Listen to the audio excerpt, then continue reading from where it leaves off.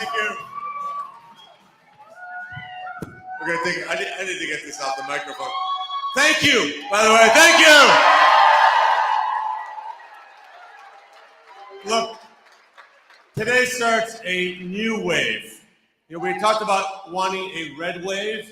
I think what we have tonight is a red, white, and blue wave in this country.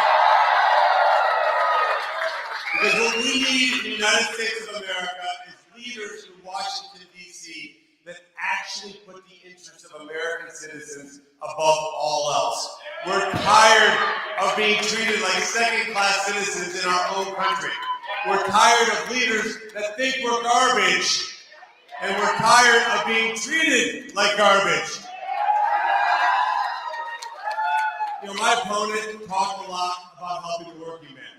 And I will agree with him on the need to help working Americans. But the difference is talk without action is nothing. So what we're going to do, thanks to now having a Republican majority, by the way, how about that, in the United States Senate.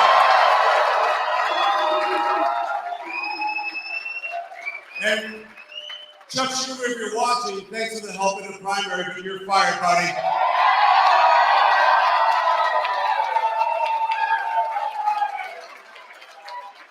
This is a new dawn of Republican leadership. With President Trump and J.D. Vance in the White House, we are going to advance an agenda that is an American agenda. An agenda that says we are pro-immigration, but not pro-invasion. We're going to make certain that the people who come to this country are invited here like I was, like my family was, on our terms. We're going to make this country an energy-dominant nation so that my kids do not grow up in a country where we ever rely on a foreign nation for energy ever again. And we have that energy right here in Ohio. That means coal, that means natural gas, it means oil, it means nuclear. And in terms of EV mandates, they need to be gone first thing in January. And we're going to make certain that we tell California, you don't get to dictate to the whole country what our emission standards are. We're going to dictate that at the federal level, and we're going to allow consumers to pick the kind of car they want. Look, the other piece that I want to talk about is what President Trump has brought to this country, which is peace and stability around the world. America will be a leader in the world. Will always be a leader in the world. American leadership has made the planet safer, more prosperous, and more secure than at any point in human history. But it means that we ensure peace through strength. The weakness of Joe Biden and Kamala Harris is rejected, and I know that from whether it's in Jerusalem or Kiev or anywhere else on earth or Taiwan, they're cheering this election because they know American strength will ensure peace around the world. And if you're a police officer in this country, just know you have a senator in me and a Republican Party that will always have your back.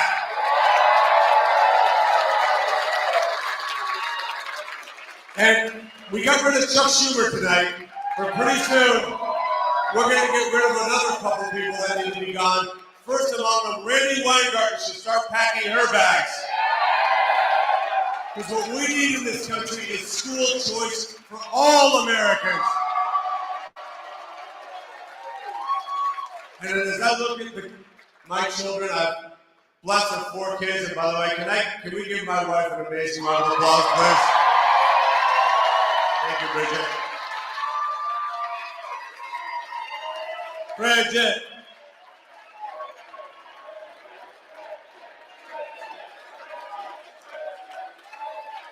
Look, we need to make certain that we honor teachers. They're doing great work in every corner of the country. Teachers are our front line. Unfortunately, they have a teachers union that doesn't care about them. We're going to make certain we empower teachers to teach our kids what they need to do. And that means getting the federal government out of the way and allowing states to take on this responsibility. And finally, I'm going to say this. we're $36 trillion in debt. This is not sustainable. We cannot continue on this fiscal path. What we're going to do is massively reduce the size and scale of the federal government, and we're going to do it from Congress, because it's Congress that has the power of the purse. Now that starts by getting rid of agencies that we don't need, relocating them out of Washington, D.C. We're going to have a bold and ambitious agenda for the Republican Party. And I know that President Trump is going to bring greatness back to this country unlike anything we've ever seen. So President Trump, if you're watching, thank you. Thank you for being decisive in my primary. Thank you for being the greatest president of my generation. And thank you for the sacrifices that you've made for this country. This country owes Donald J. Trump a debt of gratitude. And to Senator J.D. Vance, Ohio loves you, man. Ohio loves you. I love you. Look, I cannot think of a more brilliant pick than when President Trump selected J.D. Vance. I know J.D., let me just tell you, he's a great man. He is going to be an incredible vice president. I can't wait to have him leave his office so I can be the senior senator from Ohio.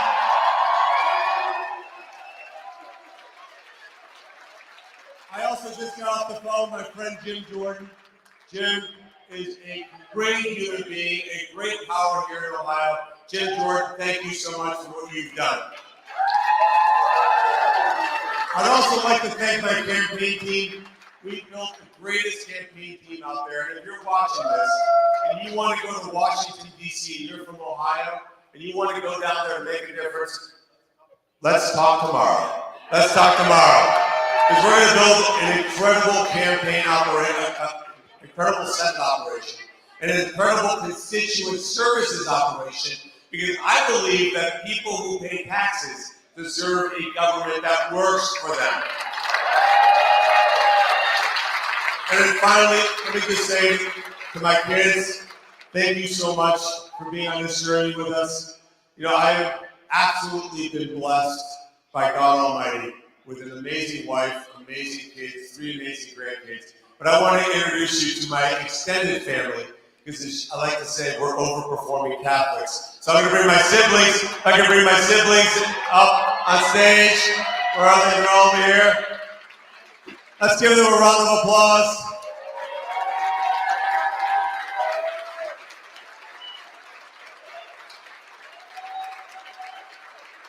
I'm going to say one last thing. You know, my mom and dad left the safety and security of knowing what they had when they left Columbia, South America. They didn't know what America would mean to them. They didn't know what it would mean to the 7 of us, but they did it anyway, because they knew that in America, whatever dream you have, whatever ideas you have, you can make come true if you're willing to work hard enough and persevere. And my mom and dad are not alive to watch this moment, but I know they're up in heaven watching down upon us and thinking, this is a great country. And they made the right decision.